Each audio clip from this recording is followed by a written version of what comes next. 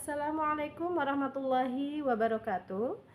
Alhamdulillahirabbil alamin wa bihi nasta'in wa ala umuri dunya waddin wa ala alihi wa sahbihi ajmain amma ba'du. Baiklah saudaraku yang dirahmati Allah, izinkan pada kesempatan ini saya membahas tentang siapa kita. Siapa kita? Kita adalah makhluk Allah yang diciptakan oleh Allah dan menjadi pemenang sejak kita dalam rahim. Awalan, kita harus mengetahui bagaimana penciptaan kita dari semenjak dalam lahir sampai kita terlahir. Kita adalah pemenang sejak lahir.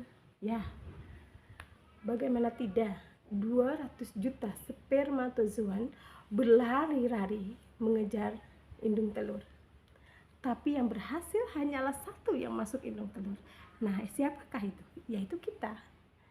Yang mana kita adalah pemenang sejak kita dalam lahir. Kata kita adalah pemenang harus kita tanamkan, bahkan set dalam memori kita, sehingga menjadi kalimat motivasi untuk kita dalam mengarungi hidup ini, bahwa kita harus bersyukur, selalu bersyukur dengan kalimat itu, sehingga kita bisa mengarungi hidup ini dengan penuh syukur dan bersemangat. Kalimat kita adalah pemenang, adalah motivasi dalam hidup kita. Ya Masya Allah, perkembangan manusia dari mulai nutfah, hari demi hari terus berkembang sampai lahirnya kita.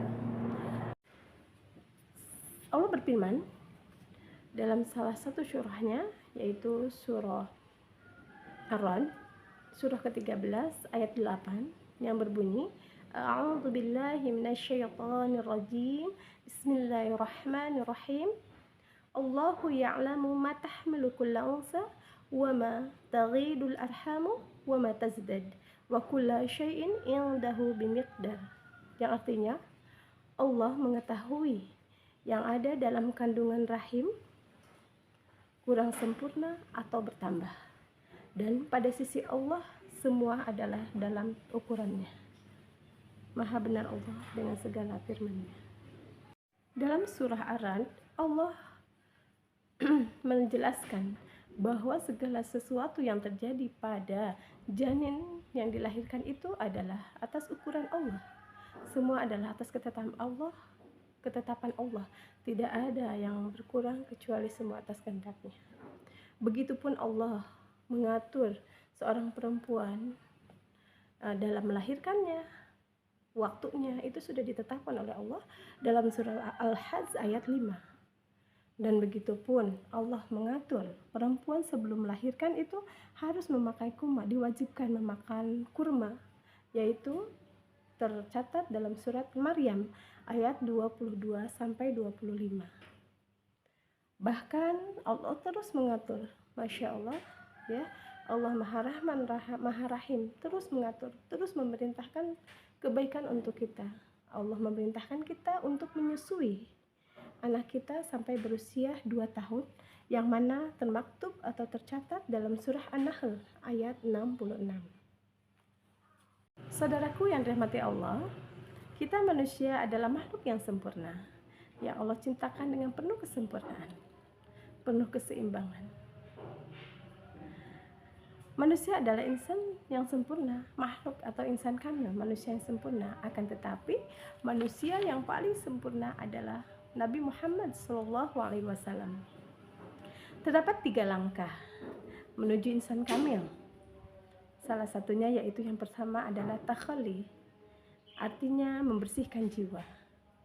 Bagaimana caranya kita membersihkan jiwa agar menjadi manusia yang sempurna di muka bumi ini? Yaitu diantaranya kita harus menjauhkan diri dari hubud dunia. Apa itu hubud dunia? Kita jangan terlalu mencintai dunia. Cara salah satu langkah mensucikan jiwa itu dengan menghilangkan kecintaan kita terhadap dunia. Insya Allah jiwa kita akan menjadi bersih. Hanya kepada Allah lah kita mencintai, hanya kepada Allah lah kita, bersama Allah lah kita bercinta. Dan yang kedua yaitu tulul amal, memperpanjang angan-angan. Karena segala sesuatu yang terdapat di muka bumi ini adalah ada qada dan takdirnya Allah, qada dan qadarnya Allah. Nah, disitulah bahwa manusia hanya bisa berikhtiar, tapi jangan terlalu panjang angan-angan kita, ingin ini, ingin itu, sehingga semuanya itu melupakan nikmat-nikmat yang sudah Allah berikan pada kita di detik ini, dari ke belakang detik ini. Jangan sampai dilupakan karena terlalu banyaknya angan-angan keinginan kita di muka bumi ini. Nah, itulah salah satu langkah yang pertama kita untuk menjaga kesucian jiwa kita. Ya. Yang kedua yaitu adalah tahalli. Yang mana tahalli itu adalah memperindah jiwa. Memperindah jiwa dengan hal apa? Dengan zikrullah, dengan selalu mengingat Allah dalam keadaan apapun dan bagaimanapun. Kita harus selalu zikrullah, mengingat Allah dengan salah satunya yang paling utama zikrullah yang paling yang paling bagus gitu ya untuk menenangkan jiwa, untuk memperindah jiwa kita, baik kehidupan kita, yaitu dengan membaca Al-Quran. Salah satu zikrullah yang paling utama yaitu membaca Al-Quran. Dan ada pun zikir-zikir yang lain, mengingat Allah dengan cara apapun dan sedang dalam keadaan manapun, mungkin kita dengan bertasbih, bertahmid, dan bertakbir. Dan ada yang ketiga, langkah yang ketiga yaitu tazalli, yang mana kita menyambungkan jiwa kita dengan Allah. Dalam setiap keadaan, apa yang kita lihat, apa yang kita dengar, tidak luput dari menyebut namanya. Apabila kita melihat kebesaran Allah, kita ucapkan Masya Allah, Subhanallah. Jika kita mendapat nikmat dari Allah, kita ucapkan Alhamdulillah wa syukrulillah. Jika kita mendapat musibah, kita ucapkan Innalillahi wa inna ilaihi raji'un. Jadi sambungkan segala aktivitas hidup kita, baik itu suka dan duka, dengan menyebut nama Allah. Insya Allah jiwa kita akan menjadi jiwa yang bersih, jiwa yang tenang. Saudaraku yang dirahmati Allah, dari 3 tahapan tadi, marilah kita mencoba mengamalkan. Insya Allah mudah-mudahan kita menjadi salah satu insan kamil, insan yang sempurna. Manusia adalah fitrahnya manusia adalah satu, bertauhid kepada Allah. Bertauhid kepada Allah dengan kalimat La ilaha illallah, tiada Tuhan selain Allah, hanya Allah lah yang pantas kita sembah. Tidak ada ilah yang lain, tidak ada Allah, tidak ada Tuhan.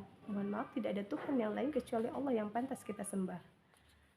Dan yang kedua yaitu kita berislam sebagaimana orang-orang dahulu berislam. Bagaimana orang-orang dahulu berislam? Pada zaman Nabi Muhammad SAW berserta sahabat, mereka sangat membela agama Islam dengan mempertaruhkan jiwa dan raganya, bahkan hartanya. Dan begitupun kita di zaman sekarang, marilah kita korbankan, kita wakafkan diri kita untuk perjuangan Islam, untuk perjuangan dakwah Islam. Yang ketiga yaitu kita memiliki fitrah manusia itu memiliki jenis kelamin. Ada jenis kelamin laki-laki dan perempuan. Itu adalah semua ada ketentuan Allah. Hal yang tidak bisa diganti-ganti. Tidak ada jenis kelamin yang abu-abu, laki-laki atau perempuan, tidak ada. Semuanya dengan nyata Allah berikan jenis kelamin laki-laki dan perempuan. Maka dari itu janganlah yang laki-laki mengganti jenis kelamin menjadi perempuan, dan yang perempuan janganlah mengganti jenis kelamin dengan laki-laki, ya, karena itu sangat tidak dibolehkan oleh Allah dan Allah akan murka. Nauzubillah min dzalik. Dan yang selanjutnya yaitu fisik manusia, kekurangan dan kelebihan, kesempurnaan itu sudah tercatat, sudah terukur oleh Allah Subhanahu wa taala, dan pasti setiap sesuatu ada hikmah di baliknya. Dan yang selanjutnya, manusia itu adalah memiliki potensi dasar yang Allah berikan kepada manusia itu sudah jelas, itu diantara ada akal untuk berpikir, untuk mengimbangi, untuk berpikir segala sesuatu. Kemudian adanya qalbu untuk mengimbangi, menimbang segala sesuatu baik dan buruknya. Dan kemudian juga ada nafas, ya, ada nafas, kemudian ada ruh. Itulah adalah potensi dasar yang Allah berikan pada diri manusia, yang mana harus digunakan semaksimal mungkin untuk kebaikan dan untuk berada di jalannya Allah Subhanahu wa taala. Saudaraku yang dirahmati Allah, setelah kita mengetahui siapakah kita adalah seorang pemenang, dan mengetahui fitrahnya manusia itu apa saja, maka dari itu sekarang kita memasuki yaitu peran kita sebagai orang tua.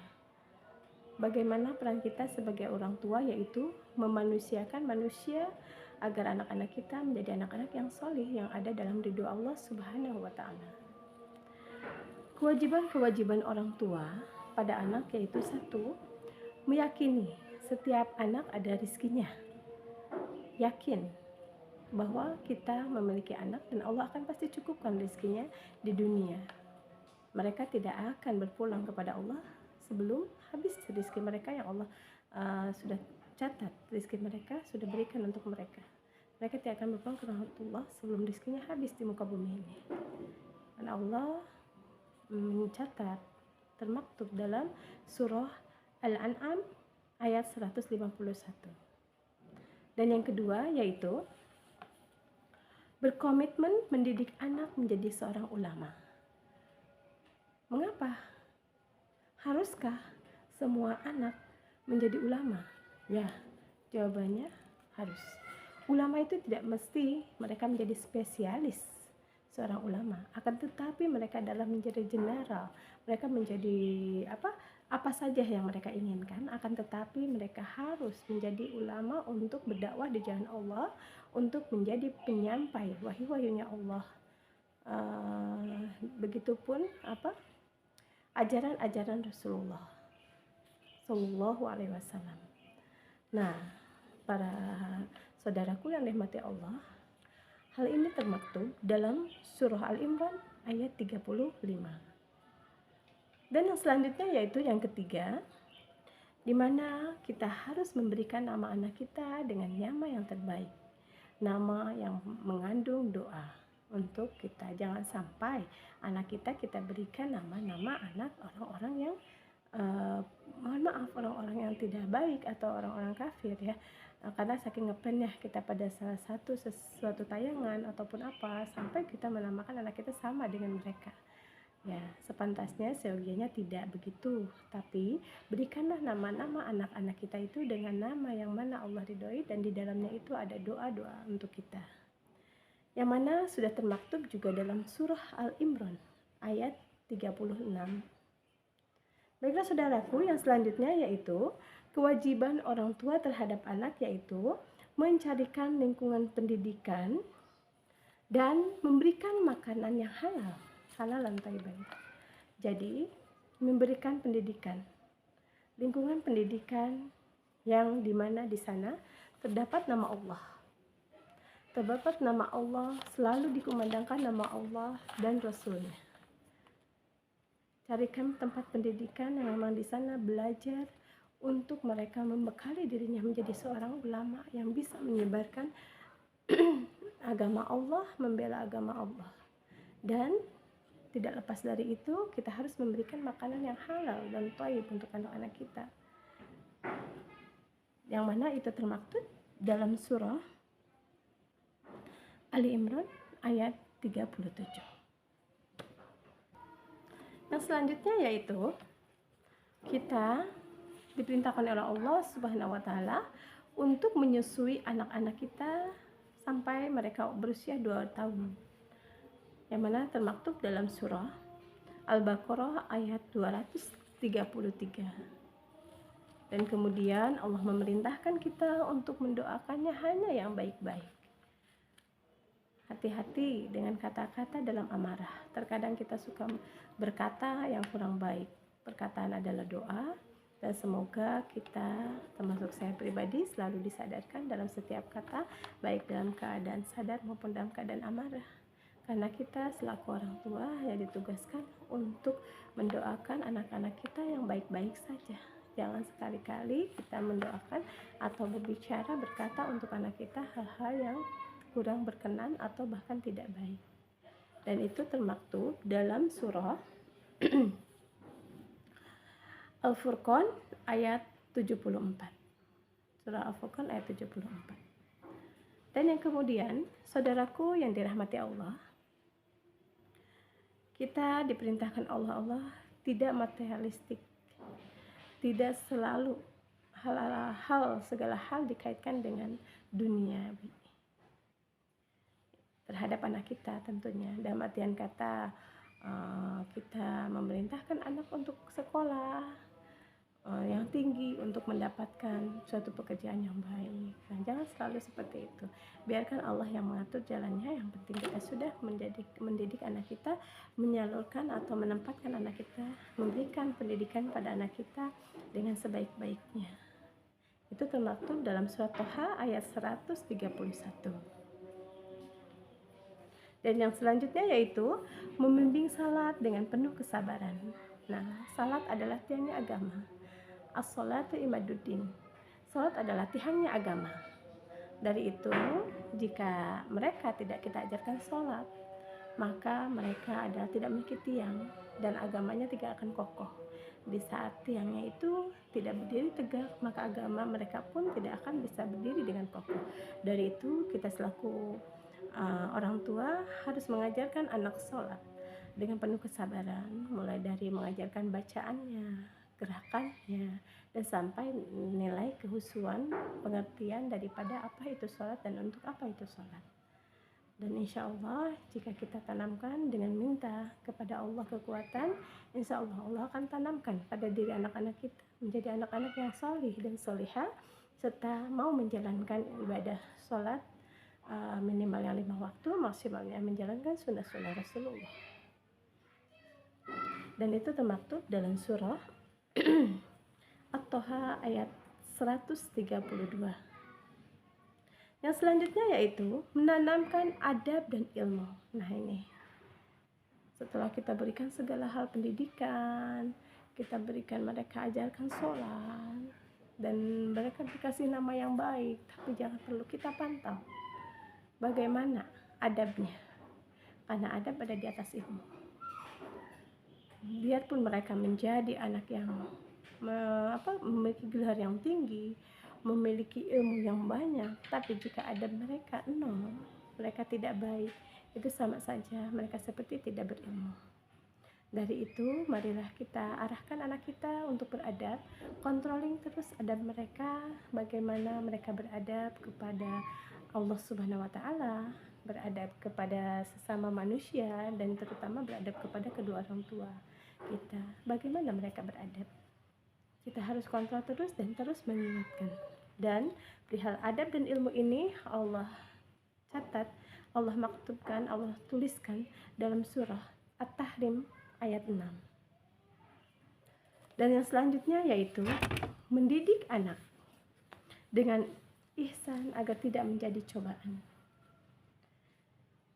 Jadi kita selaku orang tua terus berdoa kepada Allah Subhanahu wa Ta'ala agar anak-anak kita tidak menjadi cobaan di dunia ini. Bagaimana caranya? Ya kita menyandarkan diri kepada Allah sepenuhnya. Karena anak-anak kita adalah titipan dari Allah Subhanahu wa Ta'ala, yang mana Allah pun yang maha menggenggam jiwa-jiwa mereka. Dari itu kita terus berdoa sama Allah, ya Allah janganlah Kau jadikan anak-anak kita, anak-anak yang ada pada diri kita cobaan, ujian untuk kita, cobaan untuk kita. Bagaimana cobaan itu? Intinya mereka lebih diutamakan daripada Allah. Kita lebih mengutamakan mereka daripada Allah. Kita mendoakan Allah daripada mereka. Dan itu tercatat dalam surah At-Taghabun ayat 15 dan surah An-Nisa ayat 36. Allah mencatat. Silahkan saudaraku buka surat-surat yang tadi saya sampaikan, dan insya Allah di sana sudah terdapat bagaimana kita untuk mentadabburi Al-Quran, dan isinya itu tidak ada yang sia-sia, bahkan mendapatkan Masya Allah banyak sekali ilmu yang hakiki, ilmu kebenaran-kebenaran yang diturunkan oleh Allah langsung untuk kita mendidik anak-anak kita. Dan yang kemudian yaitu mendidik anak untuk mendoakan orang tuanya. Itu salah satu adalah didikan tugas kita, kewajiban kita terhadap anak kita, yaitu kita mendidik anak kita untuk mendoakan kita selaku orang tuanya. Kalau anak angkat bagaimana? Ya begitupun anak angkat. Kalaupun misalkan anak angkat itu kita suruh untuk mendoakan orang tuanya yang sudah melahirkannya. Jadi bimbinglah anak kita untuk mereka mampu mendoakan kita selaku orang tuanya dengan kalimat-kalimat yang baik yang mana sudah dicontohkan oleh Allah, dicontohkan dalam surah Al-Isra ayat 24, di mana Rabbighfirli wa liwalidayya warhamhuma kama rabbayani shaghira, yang tanya itu. Nah, karena doa dari anak soleh itu adalah salah satu dari tiga hal yang mengikuti kita ke alam kubur kita, atau tiga hal amalan yang bisa menghantarkan kita pada jannahnya Allah. Itu diantaranya adalah doa anak yang soleh. Nah, dari itu marilah kita ajarkan anak-anak kita untuk terbiasa mendoakan kita dari hati mereka untuk kita, dan insya Allah itu akan bermanfaat di dunia ketika kita di dunia sebagai orang tua, dan insya Allah kelak nanti kita setelah dipanggil oleh Allah di alam yang berbeda dengan mereka. Insya Allah doa itu akan selalu terus mengalir dan akan menjadikan ringan hisab kita di hadapan Allah. Mungkin untuk pertemuan ini saya Siska Handayani mahasiswa dari MPAI Wika Bogor, Universitas Ibnu Khaldun Bogor. Hanya itu saja yang dapat saya sampaikan untuk pertemuan kali ini, dan insya Allah jika ada ilmu yang lain yang dapat saya sampaikan, saya akan kirim kembali di channel YouTube Al-Wasi ini. Terima kasih dan mohon maaf atas segala kekurangan, mohon koreksinya, dan semoga apa yang sudah kita laksanakan di hari ini, baik yang mendengarkan maupun saya yang menyampaikan, mudah-mudahan ada dalam ridho Allah Subhanahu wa Ta'ala, dan mudah-mudahan menjadi amal soleh untuk kita semua. Billahi taufiq wal hidayah. Wassalamualaikum warahmatullahi wabarakatuh.